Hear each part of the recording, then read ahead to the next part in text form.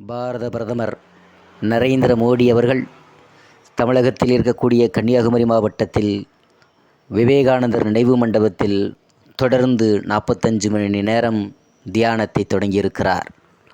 இதில் இன்னொரு அதிசயமான ஒன்று, அந்த ஒற்றுமையை பற்றி நாம் பார்க்கிறோம். 1892 அந்த பாறையில் 3 நாட்கள் தியானம் செய்த விவேகானந்தருடைய இயற்பெயர் நரேந்திர தத்தா. 132 ஆண்டுகளுக்கு பின் அதே பாறையில் அமைந்துள்ள விவேகானந்தர் நினைவு மண்டபத்தில் 3 நாட்கள் தியானத்தை மேற்கொண்டிருக்கிறார் நரேந்திர மோடி.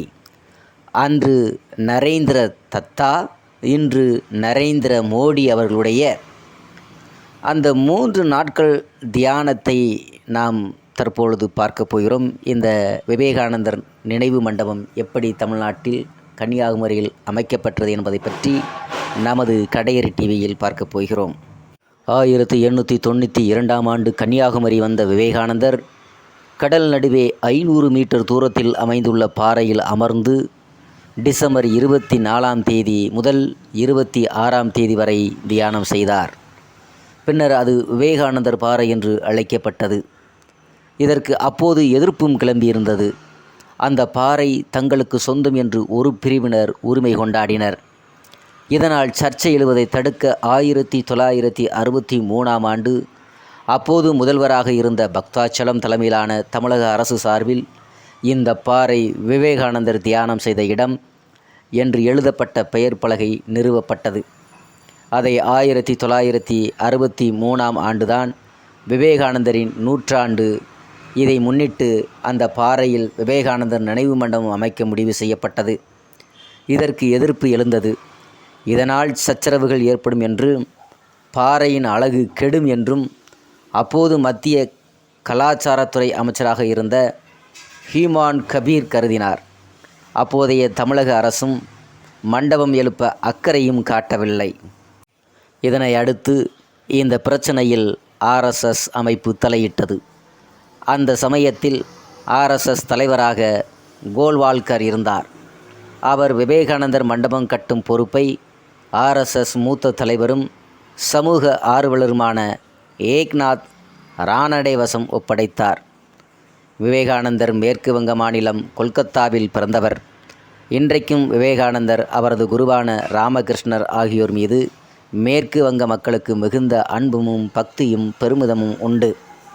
அப்போது மத்திய அமைச்சராக இருந்த ஹுமாயூன் கபீரும் மேற்கு வங்கத்தைச் சேர்ந்தவர்தான். அந்த மாநிலத்தில் இருந்துதான் எம்பியாக வெற்றி பெற்று மத்திய அமைச்சராக இருந்தார். விவேகானந்தர் நினைவு மண்டபம் அமைக்க எழுந்த முட்டுக்கட்டைகளை உடைக்க நினைத்த ஆர்எஸ்எஸ் தலைவர் ஏக்நாத் ரானடே கொல்கத்தாவுக்கு சென்றார்.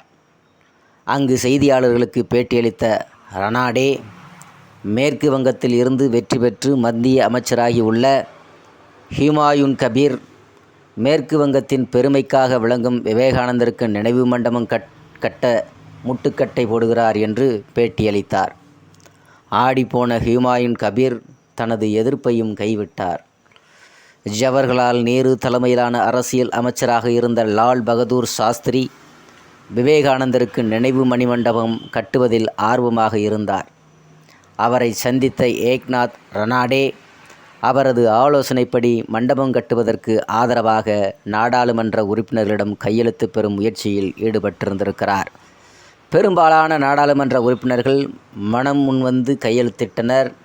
விவேகானந்தர் மண்டபம் கட்ட 300க்கும் மேற்பட்ட எம்பிகளின் ஆதரவு கையெழுத்துடன் கூடிய கோரிக்கை மனுவை பிரதமர் நேருவிடம் சமர்ப்பித்தார் ரானடே. இதையடுத்து பிரதமரின் உத்தரவுப்படி விவேகானந்தர் நினைவு மண்டபம் கட்டுவதற்கு தமிழக அரசு அனுமதி வழங்கியது. ஆர்எஸ்எஸ் மூத்த தலைவர் ஏக்நாத் ரானடேவின் முயற்சியால் ஆரம்பிக்கப்பட்ட இந்த விவேகானந்தர் நினைவு மண்டபம் கட்டுமணி முடிவடைந்து அப்போதைய ஜனாதிபதி வி கிரியால் 1970 செப்டம்பர் 2ஆம் தேதி திறந்து வைக்கப்பட்டது. மேலும் 1972 விவேகானந்தரின் போதனைகளை பரப்ப விவேகானந்தா கேத்திரம் என்ற ஆன்மீக அமைப்பு தொடங்கப்பட்டது. இதை தொடங்கியவரும் ஆர்எஸ்எஸ் மூத்த தலைவர் ஏக்நாத் ரானடே தான். விவேகானந்தர் நினைவு மண்டபத்தை இந்த விவேகானந்தா கேத்திரம் நிர்வகித்து வருகிறது. இத்தகைய வரலாறு கொண்ட விவேகானந்தர் நினைவு மண்டபத்தில்தான் பாரத பிரதமர் நரேந்திர மோடி அவர்கள் நேற்று தியானத்தை தொடங்கியிருக்கிறார். தொடர்ந்து 45 மணி நேரமாக. இதில் இன்னொரு அதிசயமான ஒற்றுமை என்பது பற்றி நாம் பார்த்தோம்.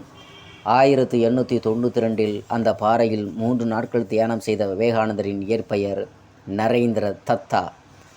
132 ஆண்டுகளுக்கு பின் அதே பாறையில் அமைந்துள்ள விவேகானந்தர் நினைவு மண்டபத்தில் 3 நாட்கள் தியானம் மேற்கொண்டிருக்கிறார் நமது பாரத பிரதமர் நரேந்திர மோடி. அவருடைய பெயரும் நரேந்திர மோடி. அன்று நரேந்திர தத்தா, என்று நரேந்திர மோடி என்று விவேகானந்தருடைய நினைவு மண்டபத்தில் வரலாறுகளாக அங்கே பதிவு செய்யப்படுகிறது.